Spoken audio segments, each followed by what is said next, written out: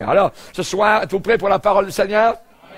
Amen. Alors, on va se lever ensemble. Si vous voulez bien, on va lire les Saintes Écritures. Alors, il y a dans la première épître aux Thessaloniciens. Nous parlons donc particulièrement, l'Église passera-t-elle par la grande tribulation? C'est une grande question que beaucoup de chrétiens se posent. Alors, et nous allons voir ce grand sujet. Si vous voulez bien, donc, 1 Thessaloniciens, chapitre 5, verset 1er. Nous lirons les 11 versets de ce chapitre. Pour ce qui est des temps et des moments, vous n'avez pas besoin, frères, qu'on vous en écrive. Qu'on vous écrive à ce sujet-là. Car vous savez bien, vous-même, que le jour du Seigneur viendra comme un voleur dans la nuit. Quand les hommes diront paix et sûreté, alors une ruine soudaine les surprendra, comme les douleurs de l'enfantement surprennent la femme enceinte, et ils n'échapperont point. Mais vous, frères, frères et sœurs chrétiennes, sauvés par le sang de Jésus, mais vous, frères, vous n'êtes pas dans les ténèbres pour que ce jour vous surprenne comme un voleur. Vous êtes tous des enfants de la lumière et des enfants du jour. Nous ne sommes point de la nuit, ni des ténèbres. Ne dormons donc pas comme les autres, mais veillons et soyons sobres. Car ceux qui dorment, dorment la nuit, et ceux qui s'enivrent la nuit. Mais nous qui sommes du jour, soyons sobres. Deuxième fois, sobres. Ayant revêtu la cuirasse de la foi et de la charité, et ayant pour casque l'espérance du salut. Car Dieu ne nous a pas destinés à la colère, mais à l'acquisition du salut par notre Seigneur Jésus-Christ qui est mort pour nous, afin que soit que nous veillions, soit que nous dormions, nous vivions ensemble avec lui. C'est pourquoi. Donc c'est la conclusion du passage, résumé. C'est pourquoi exhortez-vous réciproquement, mutuellement, et édifiez-vous les uns les autres, comme en réalité vous le faites. Amen. Père, nous te bénissons et nous te glorifions pour ta sainte et puissante parole. Que le glaive du Saint-Esprit ne retourne pas à toi sans avoir accompli les faits escomptés. Seigneur, tu es un Dieu de gloire. Ta parole, Seigneur, est si puissante qu'elle a créé les mondes et les univers.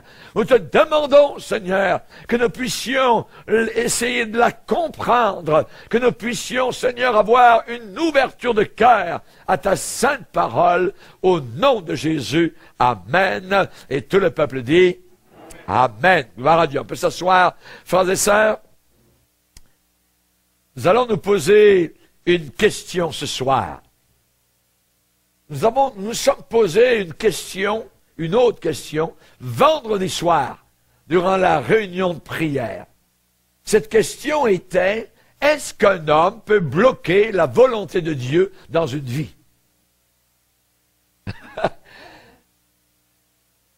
Quelqu'un a répondu, oui. J'ai rétorqué, jamais. Jamais. Il n'y a pas un seul homme, il n'y a pas une seule femme sur la planète Terre qui peut bloquer la volonté de Dieu dans la vie de quelqu'un. C'est impossible. Notre Dieu serait seulement un homme. Il ne serait pas tout puissant. Voyez.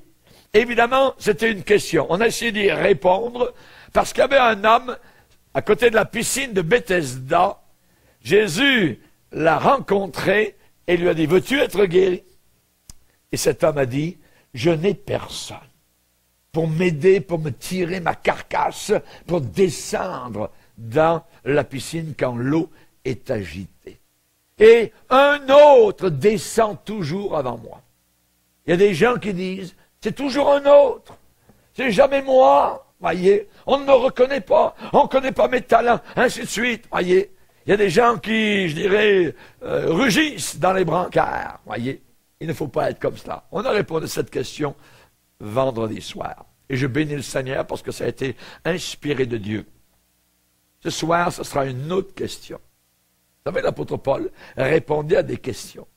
Si vous relisez les Corinthiens, c'était des réponses aux questions que les chrétiens se posaient à Corinthe. Sur le temple de Dieu, les idoles, sur le mariage, sur l'avènement du Seigneur, sur la résurrection. Paul répondait aux questions. Et il y a une question sur laquelle nous allons nous arrêter ce soir. L'Église passera-t-elle par la grande tribulation? Et vous savez tous que la grande tribulation est cette période en avant de nous de 7 ans. 7 années totalement terribles, inimaginables. Je ne veux pas être là.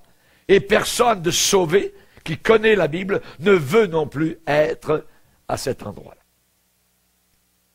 Dans certaines églises évangéliques, on enseigne que l'Église va passer au travers de tous ces jugements inimaginables, avec le soleil qui ne brillera plus, avec la lune qui va perdre sa clarté, avec des milliards de personnes qui seront jugées et qui vont mourir. C'est des choses inimaginables qui s'en viennent. Et Jésus a dit, en parlant de cette grande tribulation, ça sera une époque qui n'a jamais existé sur la planète Terre et qui ne reviendra plus jamais. Tellement ce sera terrible. Question, l'Église passera-t-elle par cette grande tribulation? Alors il y a beaucoup d'opinions à ce sujet-là.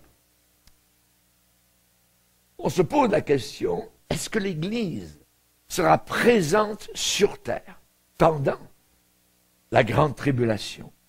Ou bien, est-ce que l'Église aura été enlevée, aura échappé à cela? Alors les arguments peuvent être supportés, je dirais, à un degré plus ou moins grand, quelque part dans les Écritures.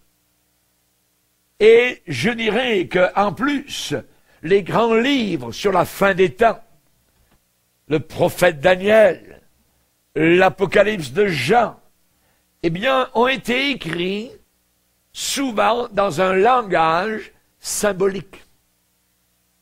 Et évidemment, il y a, je dirais, une plus grande place, je dirais, pour des interprétations personnelles.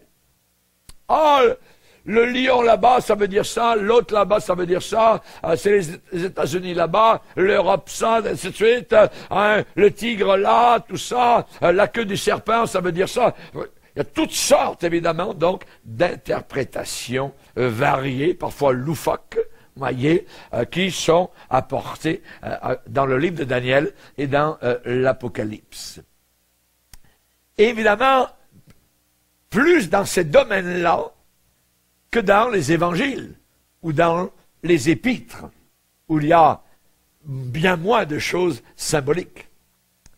Donc, il faut réaliser une chose.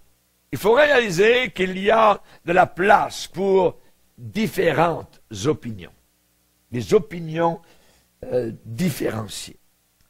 Mais nous devons avoir foi dans les révélations imprimées dans nos cœurs par le Saint-Esprit. On ne peut pas s'éloigner de ces choses-là. Et surtout confirmées par les Écritures. Paul a dit, voici, je vous dis un mystère. Nous ne mourrons pas tous. Mais tous, en un instant, en un clin d'œil, nous serons changés. Nous ne mourrons pas tous. L'apôtre Paul, juste avant le texte que nous avons lu tout à l'heure au début de la réunion, elle va parler en disant, nous serons tous ensemble enlevés, notez le verbe enlever, harpazo, enlever, sur des nuages différents, sur des nuages, voyez, à la rencontre du Seigneur dans les airs. Dans les airs. C'est ce que la Bible dit. Sur des nuées. Ça veut dire sur des nuages. Là-haut, dans les airs. Rencontre est prévue dans les airs avec le Seigneur. Alors nous allons voir ce soir qu'il y a 4 vues différentes de cet événement. N'oubliez pas la question. L'Église passera-t-elle par la grande tribulation? Premièrement, il y a des gens qui disent il n'y aura pas d'enlèvement. Ça n'existe pas. Ça, c'est une vision assez radicale, mais il y a beaucoup de dénominations modernes qui ont complètement rejeté toute conception de l'enlèvement. Et cela nous vient aussi beaucoup du côté catholique romain. Les catholiques romains ne croient pas à l'enlèvement. Et ils l'enseignent. Donc, première vision des choses, il n'y a pas d'enlèvement. Ça n'existe pas. Donc, en répudiant, repoussant l'interprétation littérale des Écritures, ces gens-là ont supprimé le retour du Seigneur Jésus-Christ, physiquement, qui viendra pour régner comme roi des rois et seigneur des seigneurs. Et c'est pas surprenant qu'ils ont aussi rejeté, en même temps, l'idée que l'Église de Dieu sera enlevée dans les airs pour rencontrer le Seigneur sur des nuages. Oui, ils ont rejeté tout cela. La première vision des choses. Deuxième vision des choses, la même question. Certains disent l'enlèvement va avoir lieu, mais va avoir lieu avant la grande tribulation. Ces gens-là croient que Jésus-Christ va revenir vers la terre à environ, grosso modo, 7 ans avant son retour visible au monde entier sur la montagne des Oliviers à Jérusalem, pour s'asseoir sur son trône et donc commencer un règne millénaire sur la planète Terre où le drapeau d'Emmanuel va flotter tout autour de la planète Terre. Ces gens-là croient que Jésus-Christ va venir pour enlever à cette époque son Église du monde et que l'Église échappera totalement et complètement à la grande tribulation décrite dans l'Apocalypse, dans le livre de Daniel et dans d'autres Écritures. Troisième vision des choses, l'enlèvement a lieu, oui, mais aura lieu au milieu de la grande tribulation de 7 ans. Ça veut dire 3 ans et demi, au milieu. Voyez? Il croit que Jésus-Christ, oui, va revenir pour son Église, mais il place l'événement quelque part autour du milieu de cette période de 7 ans de tribulation. Ça, c'est la troisième vision des choses. Quatrième vision des choses, l'enlèvement a lieu, mais après, à la toute fin de la grande tribulation. Quand tout a été dévasté, quand des milliards de personnes sont mortes, ça, soudain, Christ vient chercher ses enfants pour les enlever. Donc ceux qui sont de cette école de pensée se battent pour dire que l'Église va rester ici-bas sur terre pendant la grande tribulation. Et après quoi, les survivants, eh bien, seront enlevés pour le rencontrer dans les airs et vont atterrir avec les morts en Jésus-Christ sur le mont des Oliviers où nous serons toujours avec le Seigneur. Voyez? Donc, il n'y a pas de montée au ciel. On est enlevé pour faire un voyage de là où on est jusqu'en Israël. Des visions différentes. Maintenant, ce que nous croyons, nous croyons à l'enlèvement avant la grande tribulation. Pas parce qu'on a décidé, pas parce qu'on a peur de la grande tribulation. Non, non, non, non. Parce que, je vais vous le démontrer ce soir, parce que la Bible enseigne. La Bible enseigne. L'enlèvement aura lieu avant la grande tribulation. Ça veut dire qu'il peut arriver n'importe quand. Peut-être avant même la fin, de cette réunion. On ne le sait pas, on attend le Seigneur. L'Église de Jésus sera ôtée, enlevée de la terre à son apparition soudaine. Soudaine. Voyez, et pour la plupart des gens totalement inattendu. Inattendu. N'oubliez pas, comme un voleur dans la nuit. Dans le passage qu'on a lu tout à l'heure, 2 fois, il est cité comme un voleur dans la nuit. Ça veut dire, c'est rapide, c'est instantané, c'est inattendu, c'est soudain, voyez. Vous savez, le mot, quand Jésus dit « je viens bientôt », a été mal traduit. Parce que le mot grec veut dire « je viens soudainement ». Et ça change totalement l'affaire, voyez. Je vais venir soudainement, rapidement, qui a été traduit en français par bientôt, mais bientôt c'est toujours quelque part dans le futur. Alors que Jésus voulait dire, je viens n'importe quand, soudainement. Raison pour laquelle les premiers chrétiens se rencontrant, disant Maranatha, qui voulait dire Jésus revient, il revient. Alléluia, comme un voleur dans la nuit. J'aime vous dire ce que nous croyons, c'est que l'Église sera épargnée totalement de toutes les punitions qui s'en viennent sur la planète Terre. Cette terre va recevoir une fessée telle que le monde n'en a jamais vu. Trop méchant. Et l'Église sera épargnée de toutes les calamités, de toutes les punitions prévues pour la grande tribulation.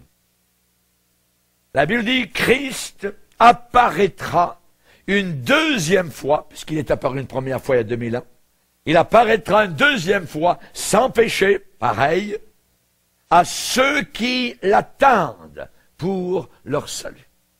Nous sommes sauvés, mais nous attendons, je dirais, que ce salut se concrétise par ce départ dans la gloire éternelle. Donc, l'Église retournera à lui, à sa deuxième venue. Ensuite débutera son règne de 1000 ans. 1000 ans de paix. Ce que Hitler voulait. Un millénium, voyez, d'autoritarisme, de dictature, le troisième Reich, voyez. Et les gens étaient là, Hitler, tout ça, voyez. Comme avec César. César a voulu faire cela. Napoléon a voulu faire cela. Et nous voyons Hitler aussi. Et l'Antéchrist voudra faire cela durant la grande tribulation. La majorité des chrétiens dans le monde entier croient ce que je vous enseigne. C'est que l'enlèvement va avoir lieu avant cette période de très grande tribulation sur toute la planète Terre. Nous ne faisons pas de préparation, nous les chrétiens authentiques, pour passer par la grande tribulation. Vous avez vu ces gens, on en voit aux États-Unis, il y a des émissions, ils se préparent, voyez, avec le bunker, ils se préparent avec les fusils, ils se préparent à ce que tout s'écroule, tout ça. Ils se préparent à passer au travers de la grande tribulation, parce qu'ils ont été enseignés comme cela. Nous, les vrais chrétiens, nous ne préparons rien du tout. Nous nous préparons dans nos cœurs pour la venue du Sauveur. Son épouse s'est préparée. Amen. C'est maintenant que la préparation a lieu. Amen. Comment est ton trousseau? Nous allons vers un mariage, dans la gloire éternelle. Nous sommes fiancés à Christ en attendant. Le monde sera étonné. Le monde va être bouleversé. Le monde sera choqué par rapport à ce qui s'en vient, à la disparition, évidemment, de tous ces millions de chrétiens qui aimaient Jésus et qui ne seront plus sur la planète Terre. Pas d'enterrement. Où sont-ils? Disparus. Sans laisser de traces. Chers amis, lisez avec moi dans Luc 21. Luc 21, verset 34. Luc 21, verset 34. Prenez garde à vous-même de craindre que vos cœurs ne s'apesantissent par les excès du manger et du boire, et par les soucis de la vie, et que ce jour ne vienne sur vous à l'improviste, car il viendra comme un filet sur tous ceux qui habitent sur la face de toute la terre. Veillez donc et priez en tout temps, afin que vous ayez la force d'échapper à toutes ces choses qui arriveront et de paraître debout devant le Fils de l'homme. Amen. Donc on nous demande de prier pour avoir la force d'échapper Amen. D'échapper, de s'évader cette planète Terre, qui va devenir un immense camp de concentration. D'échapper. Donc, nous ne faisons aucune préparation pour passer par la grande tribulation. Vous avez entendu ces gens se disent prophètes de Dieu qui, lors de l'an 2000, lors du fameux bug qui n'a jamais eu lieu, avaient préparé dans leurs livres, disaient ces grands hommes de Dieu, préparez-vous une trousse avec votre dentifrice, ensuite de la nourriture séchée, tout ça, et puis des boîtes partout, tout ça, parce que ça va être terrible. On aurait dit qu'ils rentraient dans la grande tribulation. Ça n'est rien passé. Alors avait-il raison ou avait-il tort? C'est maintenant, après, qu'il faut regarder. Ces gens-là se sont trompés. Ils ont raconté des balivernes. Voyez. Ils nous ont dit des faussetés. Un Dieu grand, un Dieu plein d'amour, ne déverse pas sa colère sur ses propres enfants. Jamais de la vie. Jamais de la vie. Parce que durant la grande tribulation, ce sera la colère de Dieu, le jugement de Dieu sur cette génération impie. Donc, Dieu ne déverse jamais sa colère sur des enfants qu'il a achetés, qu'il a rachetés par la puissance du sang de son Fils qui a été versé au calvaire. Et ça fait plusieurs années que vous êtes chrétien dans une église à tendance pentecôtiste. Vous avez certainement entendu beaucoup de messages en langue dans les cultes, voyez, avec des interprétations. Et certaines de ces interprétations ont concerné l'enlèvement de l'Église. Alors vous, qui depuis plusieurs années, eh bien, vous avez écouté ces prophéties dans les cultes, voyez, est-ce que vous avez jamais, une seule fois, entendu un parler en langue avec interprétation qui disait que l'enlèvement n'arrivera pas maintenant? Je vous aime, genre, à peu près, je vous aime, mes petits enfants, je suis au milieu de vous, tout ça. Et j'aimerais vous dire ce matin que l'enlèvement n'aura pas lieu tout de suite. Est-ce que vous avez déjà entendu ce genre d'interprétation? Jamais.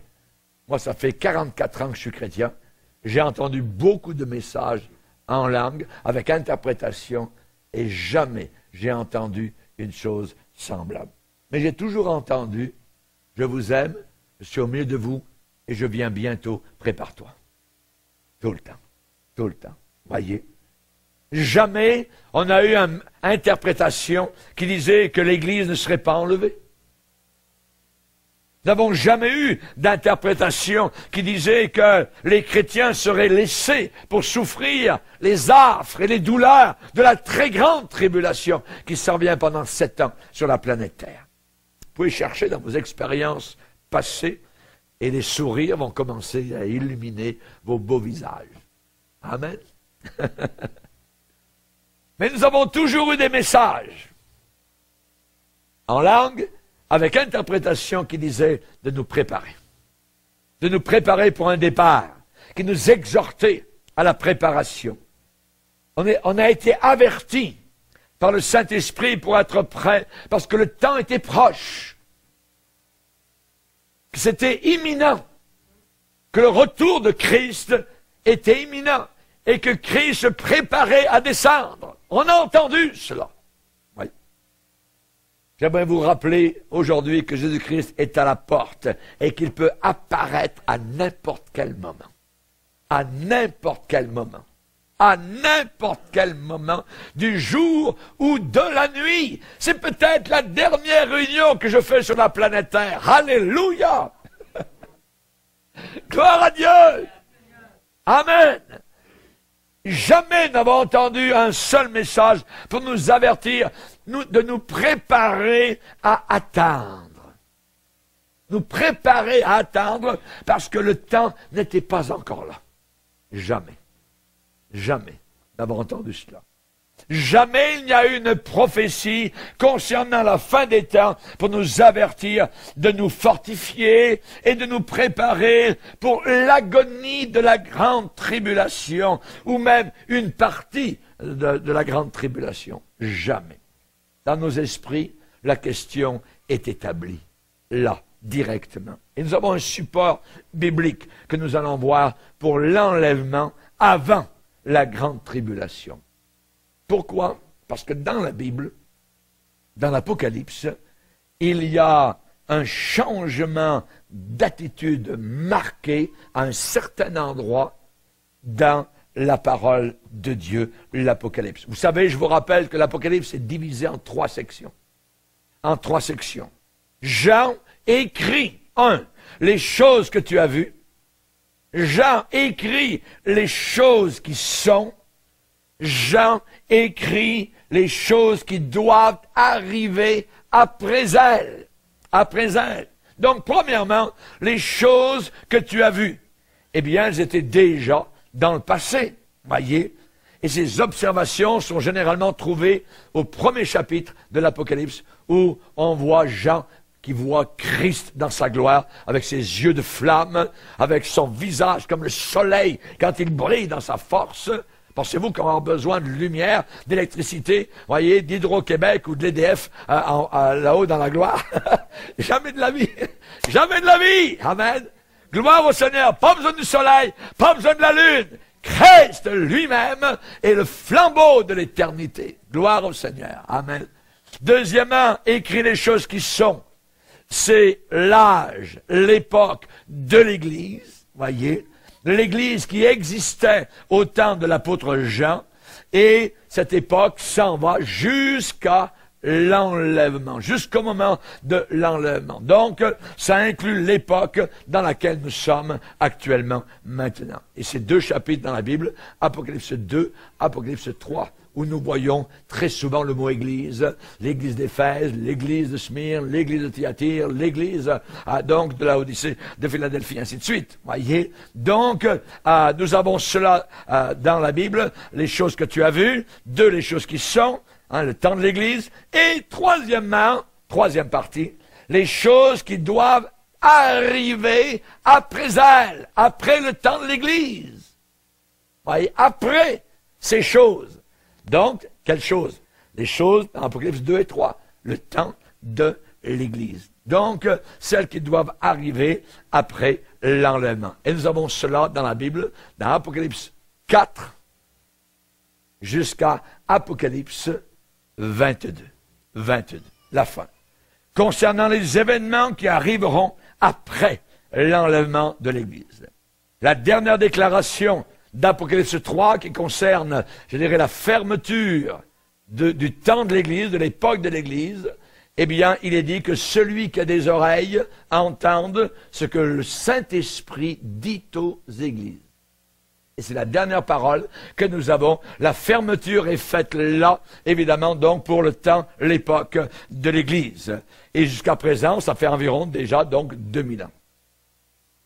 Donc, c'est la dernière déclaration. Et ça termine donc la deuxième section d'Apocalypse sur l'époque de l'Église. Et le 4e chapitre de l'Apocalypse commence en disant « Après cela ». Après cela. Ça veut dire après le temps de l'Église. Après le temps de l'Église. Voyez, qu'est-ce qui marque la fin du temps de l'Église? L'enlèvement. L'enlèvement. Je vis une porte ouverte dans le ciel et une voix me dit, monte ici. C'est l'Église qui est enlevée dans la gloire éternelle à la fin de l'Église et qui ne passera jamais par la grande tribulation qui va commencer plus tard, donc, que nous voyons dans Apocalypse 6 jusqu'à Apocalypse 19. Chers amis, donc, tout ce qui est après Apocalypse 3, c'est la période après l'enlèvement de l'Église. À partir du moment où l'Église, voyez, a été inaugurée jusque, je dirais, au temps où elle sera enlevée, c'est la période de grâce, la grâce de Dieu Et nous sommes actuellement dans ce temps-là. Période de miséricorde de Dieu, période de douceur, période de clémence, où Dieu dit, si quelqu'un est chargé, fatigué, qu'il vienne à moi, je pardonnerai ses péchés. Voyez, donc n'importe qui actuellement, maintenant, peut venir à Jésus-Christ pour être sauvé. Mais, je dirais, il y a une période intérim, voyez, entre l'enlèvement et la deuxième venue de Christ en gloire sur la planète Terre, où tout œil le verra. Imaginez. Toutes les tribus de la terre se lamenteront en le voyant. C'est quand Christ va revenir avec nous. Ah oui, avec nous. Donc il y a une période intérim entre l'enlèvement de l'Église et la deuxième venue de Jésus-Christ sur la planète Terre pour instaurer son royaume de force sur une terre renouvelée, qu'il va renouveler. Nous, entre-temps, là-haut, eh bien, dans la période intérim, c'est la joie, c'est les récompenses, c'est la salle de noces, Haroya, c'est quelque chose d'inimaginable qui a été préparé là-haut dans la gloire pour ces enfants persécutés, ces enfants vainqueurs, ces enfants qui ont persévéré jusqu'à la fin. Amen. Haroya, gloire au Seigneur. Et le Seigneur va nous faire revenir, Haroya, sur la planète Terre pour un petit voyage de noces qui va durer 1000 ans. Alléluia! Dieu fait les choses en grand. Amen. Gloire à Dieu. Que Dieu soit glorifié. Il y a des millions de personnes qui ont crié à Dieu pour qu'il arrête les forces du mal, voyez, qui ont influencé le monde pendant tant d'années. Et c'est pendant la grande tribulation sur la planète Terre que Dieu répondra à ces prières et va amener un jugement sur les forces mauvaises de Satan pour détruire à la fin leurs influences néfastes, mauvaises, méchantes. Et durant cette période de 7 ans sur la terre, ça va être terrible. Il y aura l'époque des trompettes, il y aura l'époque des sceaux qui seront décellés, et il y aura l'époque des vases qui seront versés sur la planète Terre. Des milliards de personnes vont mourir, comme des puces, comme des mouches, pendant ce jugement de Dieu. Alors, Dieu sera en colère. La Bible appelle cette période la colère de l'agneau. La colère de l'agneau. Imaginez. Voyez. Dieu montrera, pour que tout le monde puisse voir, sa réponse à l'impureté, au mensonge, à l'occultisme, à la drague, au contact avec Satan, au péché, à la méchanceté, à toute la saleté de l'enfer. Dieu va répondre à tout cela. Dieu, notre Dieu tout-puissant, El Shaddai, va ôter ses gants. Il n'agira pas avec des gants. Non. Il va les enlever. Le jour de grâce sera fini. Le jour de miséricorde sera terminé. Et ceux qui seront laissés derrière lors de l'enlèvement de l'Église vont expérimenter et vivre la grande tribulation dont Jésus-Christ a parlé. Ils vont être marqués sur le front ou la main droite pour pouvoir manger, boire. Voyez. Et la Bible dit que tous ceux qui prendront cette marque seront marqués comme nos bœufs, Harouya, de l'Ouest canadien. Harouya, ces gens seront marqués pour l'enfer éternel. Donc c'est terrible ce qui s'en vient. Et nous sommes la première génération capable de pucer le monde entier. De placer quelque chose sous la peau, le front ou la main droite. Et durant les froideurs de l'hiver, sont les seuls 2 endroits du corps qui peuvent régénérer la puce qui sera placée sous la peau. À cause de la chaleur qu'il y a dans ces 2 endroits du corps humain. C'est écrit depuis 2000 ans. Nous sommes juste en train de le découvrir. Il y a même une génération passée, on n'aurait jamais pu comprendre ce que la Bible voulait dire. On le comprend maintenant, très facilement. Ceux qui seront laissés derrière vont expérimenter des horreurs inimaginables sur la planète Terre. Et on reprend Apocalypse 4 et 5, là où les saints, les chrétiens authentiques seront enlevés, eh bien, ils sont montrés dans la Bible symboliquement par 24 vieillards, assis devant le trône de Dieu, position de repos. C'est l'Église, c'est les vacances. Amen, alléluia. Les grandes vacances, gloire au Seigneur. C'est la retraite totale, merci Seigneur. Là-haut dans la gloire, les 24 vieillards représentent l'Église au complet. Ceux de l'Ancien Testament, ceux du Nouveau Testament, réunis, assis, avec des couronnes sur leur tête, avec des vêtements blancs, devant cet immense trône de gloire, devant leur Dieu et leur Sauveur, qu'ils vont voir face à face. Apocalypse 4 et 5 nous parlent de cela. Voyez. Et ces gens-là seront au ciel avec Dieu pendant cette période, autour du trône. Évidemment, avec l'Église maintenant enlevée et établie en sécurité là-haut devant le Seigneur, au ciel, il n'y a aucune autre raison pour que Dieu retienne ses jugements de tomber maintenant sur la planète Terre. Jésus a dit, la détresse sera si grande qu'il n'y en a point eu de pareil depuis le commencement du monde jusqu'à présent et qu'il n'y en aura jamais. Rendez-vous compte? Le prophète Daniel avait dit la même chose. Daniel 12, verset 1, ce sera une époque de détresse telle qu'il n'y en a point eu depuis que les nations existent jusqu'à cette époque. Après Apocalypse 3 et le verset 22, c'est-à-dire à la fin du 3e chapitre, la parenthèse de l'Église se ferme là, voyez, et après arrive l'enlèvement. Après cela, après le verset 22 du chapitre 3, vous ne voyez plus jamais l'Église.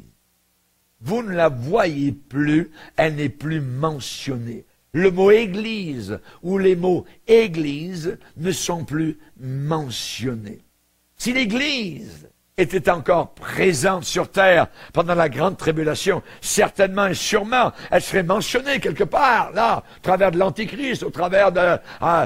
non, on ne la mentionne nulle part. Nulle part. Voyez, on n'en parle plus. On n'en parle plus. Étrange que si l'Église devait être présente pendant la grande tribulation, que Dieu ne la mentionne même pas dans sa parole pendant la grande tribulation. Et pourtant, le Seigneur parle beaucoup de l'Église pendant les 3 premiers chapitres. Et soudain, plus rien. Ça veut dire, monte ici, l'Église ne sera plus là. C'est tout. Amen. Quand vous n'êtes plus mentionné, c'est que vous n'êtes plus là. Vous n'êtes plus là. Voyez. Pourquoi ce sujet, je dirais, si l'Église doit jouer un rôle prépondérant durant la grande tribulation ou pendant la grande tribulation, pendant cette période, eh bien, pourquoi elle n'est pas mentionnée? Parce qu'elle ne sera pas sur la terre pendant la grande tribulation. Elle sera au ciel, déjà jouissant de la présence de son Sauveur, de la présence du Dieu éternel. Et ainsi, nous serons toujours avec Jésus. À partir du moment où on est enlevé, nous serons toujours avec le Seigneur. Quand nous reviendrons sur la terre, mon milan, nous serons encore toujours avec le Seigneur. Nous aurons des corps glorifiés, puissants. Amen. Le corps est semé, je dirais faible. Il ressuscite, glorieux, puissant, sans aucune maladie, sans lunettes, sans appareil auditif, ou quoi que ce soit, sans béquille. Amen. Alléluia. Gloire au Seigneur. Nous serons toujours avec le Seigneur. Toujours avec le Seigneur dans nos nouveaux corps. Amen. Gloire au Seigneur. Il y a d'abondantes joies devant ta face, Seigneur. Des délices éternelles à ta droite. Alléluia. Gloire au Seigneur. On est prêt à passer au travers de la moulinette sur la planète Terre, pour avoir cette joie éternelle. Amen. Ça vaut la peine. Ça vaut la peine, mon frère. Ça vaut la peine, ma sœur, de continuer à combattre, à lutter, à résister au diable, aux mensonges de ce monde.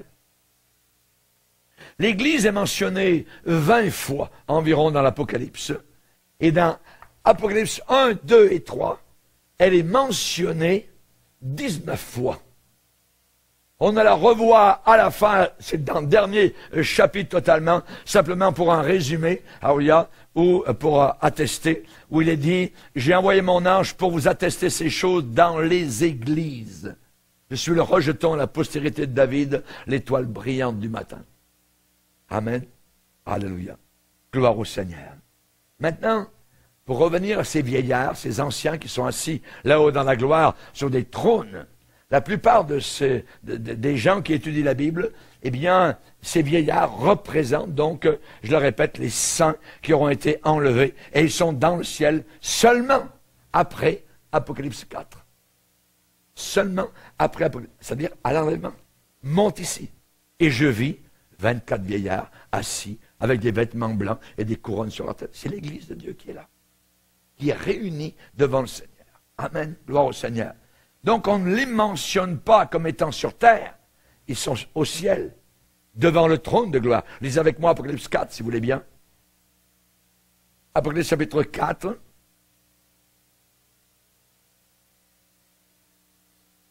Verset 1er. Après cela, donc après l'église, fermeture de l'église, là l'église est enlevée. Je regardez, voici une porte était ouverte. Merci Seigneur.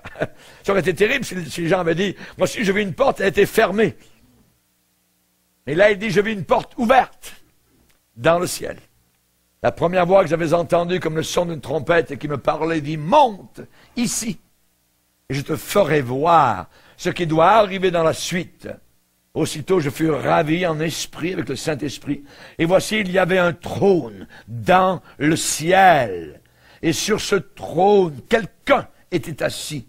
Celui qui était assis avait l'aspect d'une pierre de jaspe et de sardoine. Et le trône était environné d'un arc-en-ciel semblable à de l'émeraude. Maintenant, verset 4. Apocalypse 4, verset 4, nous y sommes. L'église est là, au complet. Autour du trône, je vis 24 trônes, et sur ces trônes, 24 anciens ou vieillards, assis, au repos, revêtus, amen, de vêtements blancs, justice de Christ, et sur leur tête des couronnes d'or. Du trône sortent des éclairs, des voix, des tonnerres, imaginez. Alléluia. Savez-vous que durant juste le chapitre 4 d'Apocalypse, le mot trône revient 12 fois. Tout se passe devant le trône, autour du trône, sur le trône, devant le trône. Voyez, c'est merveilleux. Alléluia. C'est merveilleux. L'Église sera là au complet. Pendant que sur la planète Terre, ce sera horrible ce qui va arriver. Nous serons, nous, dans la joie éternelle. Alléluia. Gloire à Dieu. Donc, c'est là précisément où seront les saints de Dieu après que l'enlèvement aura eu lieu. Rappelez-vous la promesse de Jésus. Je vais vous préparer une place, afin que là où je suis, vous y soyez aussi. Amen.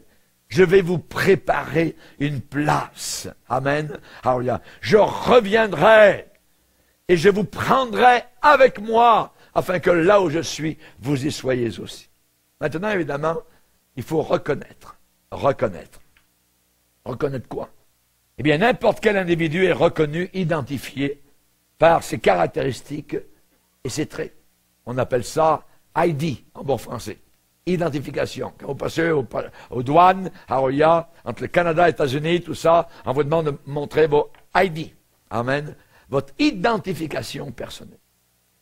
Donc, n'importe quel individu est identifié par ses caractéristiques. Donc, si l'Église doit être vue sur la terre pendant la grande tribulation, nous devrions pouvoir identifier ce groupe. Voyez? Mais vous pouvez chercher tant que vous voulez.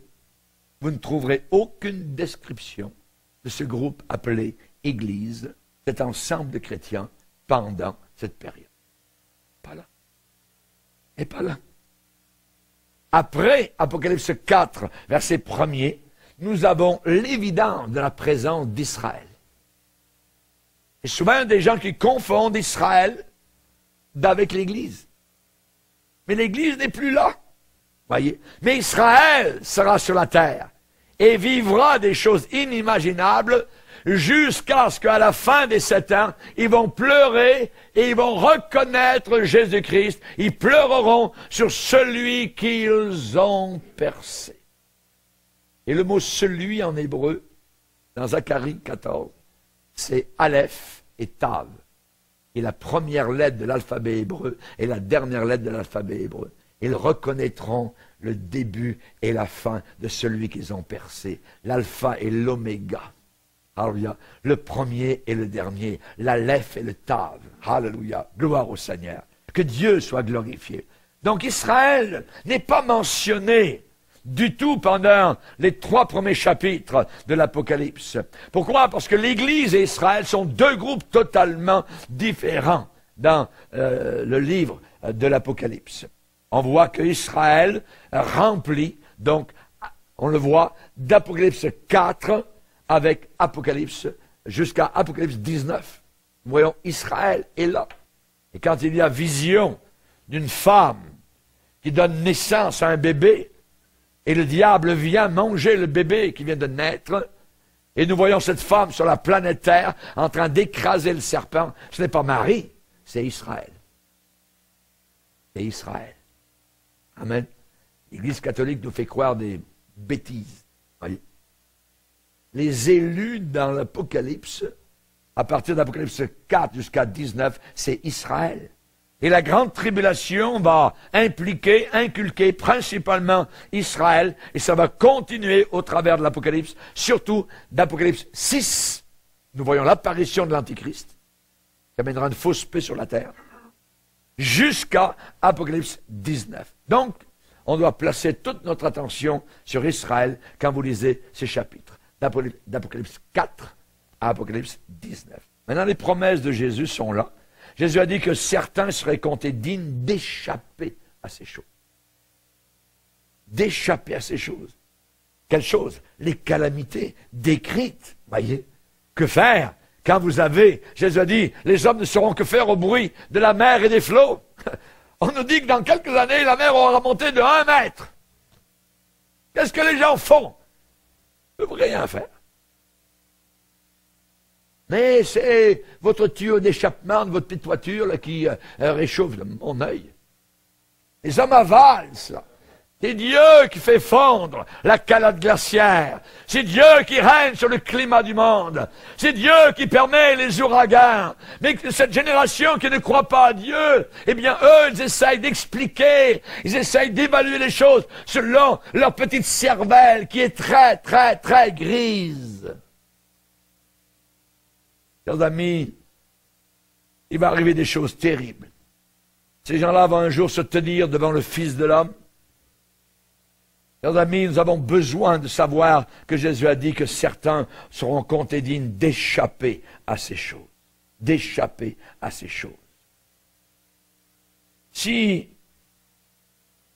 l'Église de Jésus-Christ reste sur la terre pendant la grande tribulation et passe au travers de tous les jugements de la grande tribulation, que penser des paroles de Jésus qui a promis que certains seraient trouvés dignes d'échapper? En anglais, c'est d'être ôté, taken out, d'être enlevé, d'être ôté, d'échapper. Est-ce que ces paroles de Jésus n'ont aucun sens? Ça ne veut rien dire. Voyez. Nous avons lu tout à l'heure dans Luc 21, Jésus dit, priez afin que vous ayez la force d'échapper à ces choses terribles. Dans Apocalypse, à l'église de Philadelphie, le Seigneur a dit, parce que tu as gardé ma parole, tu n'as pas renié mon nom, alors je te garderai en dehors. Le mot c'est ek, qui veut dire en dehors de. Je te garderai en dehors de ce qui va arriver durant la grande tribulation, donc sur la planète Terre. Parce que tu as été fidèle, tu as gardé ma parole. Amen. Gloire au Seigneur. Maintenant, eh bien, j'aimerais vous dire que la grande preuve, nous avons une très grande preuve dans 2 Thessaloniciens, chapitre 2. 2 Thessaloniciens, chapitre 2. 2 Thessaloniciens, chapitre 2.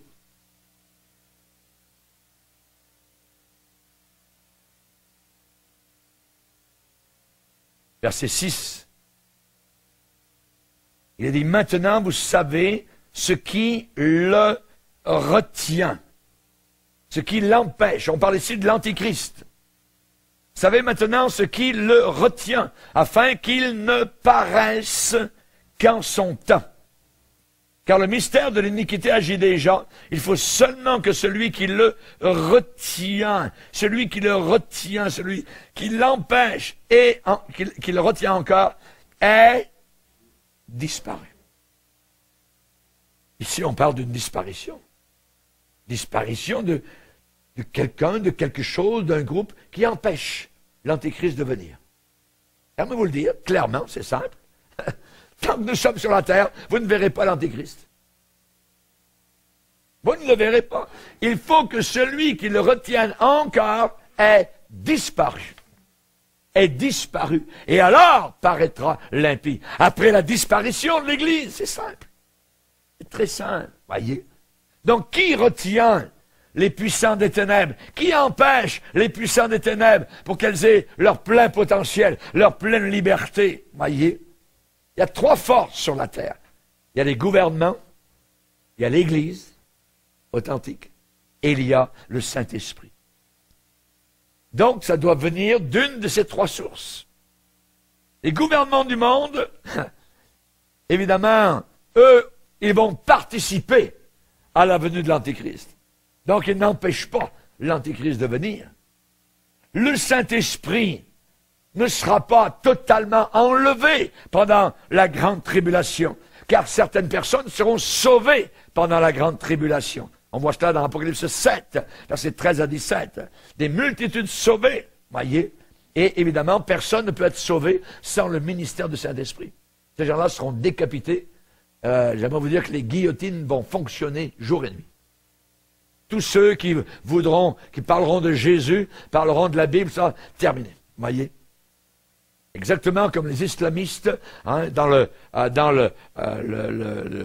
centre d'achat au Kenya, ceux qui tuaient, les tueurs, demandaient aux gens qui étaient à l'intérieur en train de sortir, peux-tu nous dire le nom de la mère de Mohammed? Non. Poupou. Terminé. Poupou. Voyez. Ah oui, elle s'appelle Fatma la Chance. Ouais. OK, peut sortir. C'est déjà, je dirais, l'esprit de l'Antéchrist que ces gens-là ont. Donc, nous voyons cela. Et j'aimerais vous dire que cette 3e force qui est là sur la planète Terre, c'est elle, l'Église, véritablement, qui empêche la venue de l'Antéchrist. Et quand nous aurons été enlevés, champ libre pour l'Antéchrist. Maintenant, avant ou au milieu de la grande tribulation, dans Daniel, on a un argument indiscutable que l'Antéchrist est révélé au début de la grande tribulation. Il fera une alliance avec Israël pendant 7 ans. Pas pendant 3 ans et demi. Pendant 7 ans. Voyez. Daniel 9, verset 27. Et ce passage nous donne le seul point de repère scripturaire par lequel nous pouvons déterminer qui est l'Antéchrist et quand il sera révélé. Au début de la grande tribulation, quand nous aurons été enlevés, quand nous aurons disparu.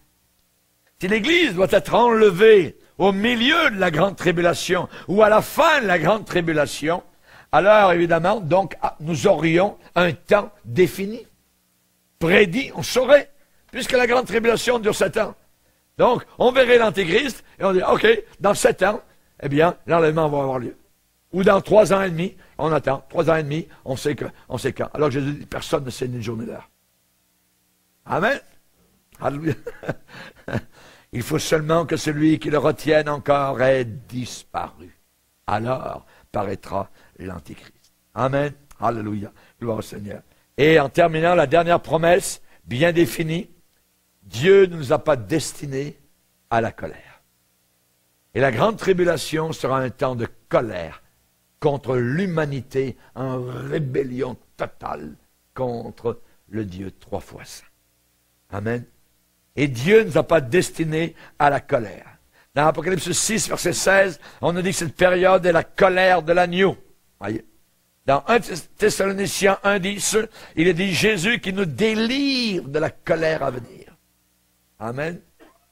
Romains 5,9, nous serons sauvés par lui de la colère. Les chrétiens vont échapper à la colère. Amen. Cette colère, eh bien, dont on parle ici, est décrite dans 3 grands chapitres eschatologiques, Matthieu 24, Luc 21, Apocalypse chapitre 6. Amen. Et cette colère sera lancée, dardée, je dirais, sur la planète Terre pendant la grande tribulation qui va durer 7 ans.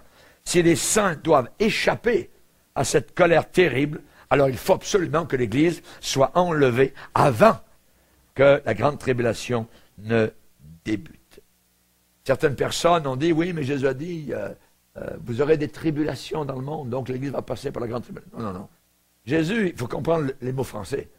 Quand Jésus dit, vous aurez des tribulations, il ne parle pas de la grande tribulation. Il dit, vous aurez des épreuves, vous aurez des difficultés, vous aurez des souffrances, vous aurez des persécutions sur la planète Terre. Mais prenez courage, j'ai vaincu le monde. Amen. Alors regarde, l'Église, bientôt, soudainement, ne sera plus là. Amen. Alors regarde, j'aimerais que nous quittions ce lieu, pas par la porte, par le plafond. Amen. Baissons nos têtes et prions le Seigneur. Alléluia. Seigneur, nous voulons te bénir et te glorifier pour la joie immense que nous avons de t'attendre, Seigneur. Tu nous as sauvés, tu nous as pardonné de nos péchés, Seigneur, et nous passerons l'éternité avec toi en ta présence. Merci pour tout le scénario que tu as prévu, Seigneur. Tu as prévu les noces de l'agneau, Seigneur, et tu dis dans ta parole que son épouse s'est préparée. Alléluia. Oui, tu reviens bientôt, Seigneur. Oui, tu reviens soudainement, Seigneur. Alléluia. Nous t'attendons, Seigneur. Veuille bénir nos cœurs, Seigneur. Merci pour cet enseignement qui console, cet enseignement qui nous fortifie et qui nous montre la réalité des choses. Au nom du Sauveur Jésus. Amen. Et tout le peuple dit Amen.